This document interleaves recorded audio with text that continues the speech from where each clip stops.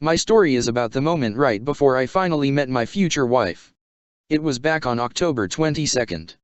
After having talked to my future wife for over a year on Facebook, we finally agreed that it was time for me to go to her.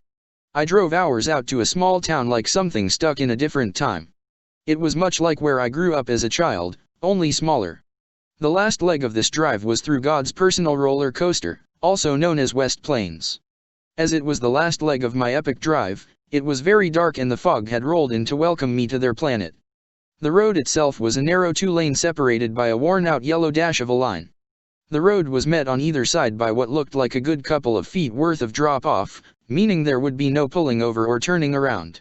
All of this might have been more than enough to shatter my nerves, so obviously, there had to be more that appeared regularly in the form of cars the natives of the area would drive, zooming past me without a car in the world.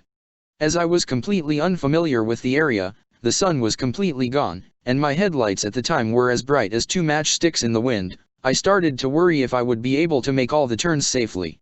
At first, this resulted in me only driving about 2 miles per hour.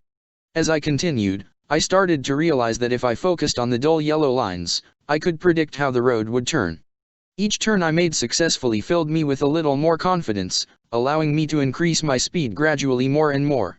Even with this growing confidence, each turn made me feel more and more panicked, yet I knew that when I was done, I'd arrive to find my love.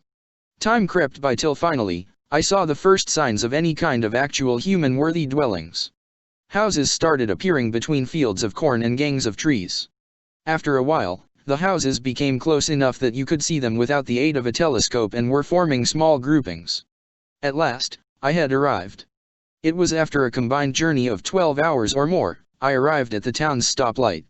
According to my GPS, was also extremely close to where my one true love was waiting. I pulled into the parking lot and ahead of me, I saw her.